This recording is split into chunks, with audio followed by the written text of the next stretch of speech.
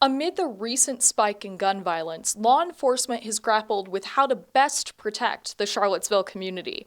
We interviewed UVA Police Chief Timothy Longo to gain more insight into UVA's collaboration with the Charlottesville and Albemarle police departments, potential policy shifts, and community education efforts.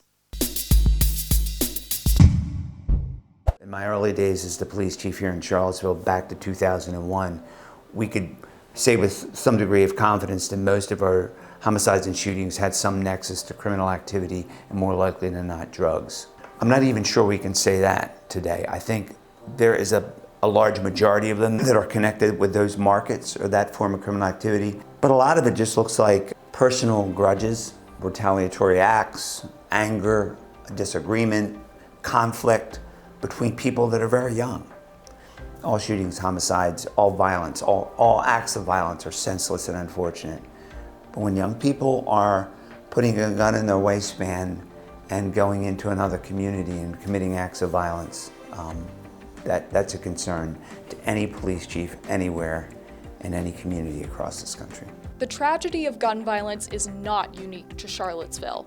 To gain a better understanding of the alarming spike within our community, we asked Chief Longo about potential patterns and motives in recent local events. It's fairly clear to me that in most all the cases, the victim was, I hate to use the word target, but was specified by the shooter for reasons that were specific to that person, whether those reasons are associated with other criminal acts, some means of retaliation or animosity or other type of underlying cause.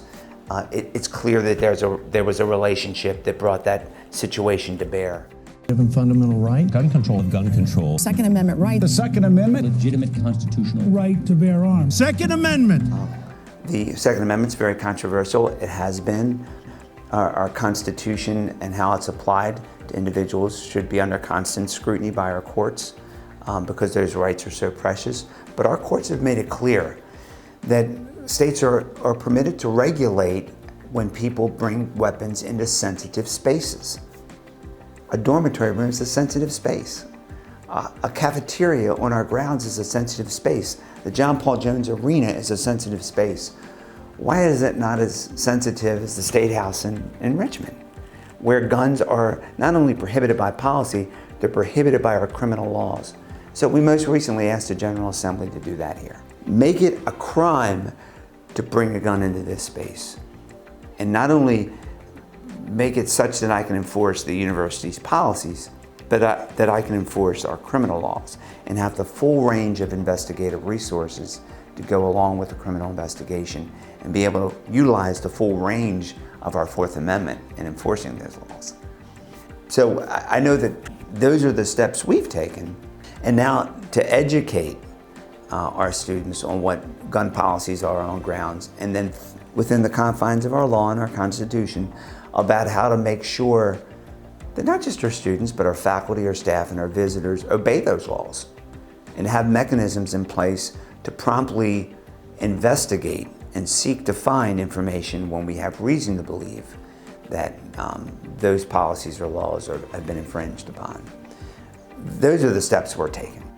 To tackle the epidemic of gun violence in Charlottesville, UPD has been working in collaboration with the Charlottesville and Albemarle County Police Departments, run by Chief Catie and Colonel Reges, respectively.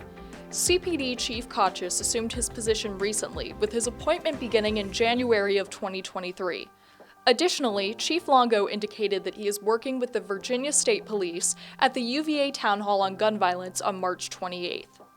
I reached out to the city and the county and I said, you know, we talk a lot. Let's bring our departments together once a month and talk about data and strategy, response, collaboration, and ultimately accountability to our community, where our focus will be largely gun violence. Violence where guns are used is probably a better way to say it. Violent crime where a gun is used, because that seems to be, by the data and the concerns raised by the public, what people are concerned about. And it's one of the things that Chief Catie has said is his highest priority right now, because it has to be. I live in the city and I've raised my hand and said, Chief, it has to be. because we're just tired of the reports that are almost daily.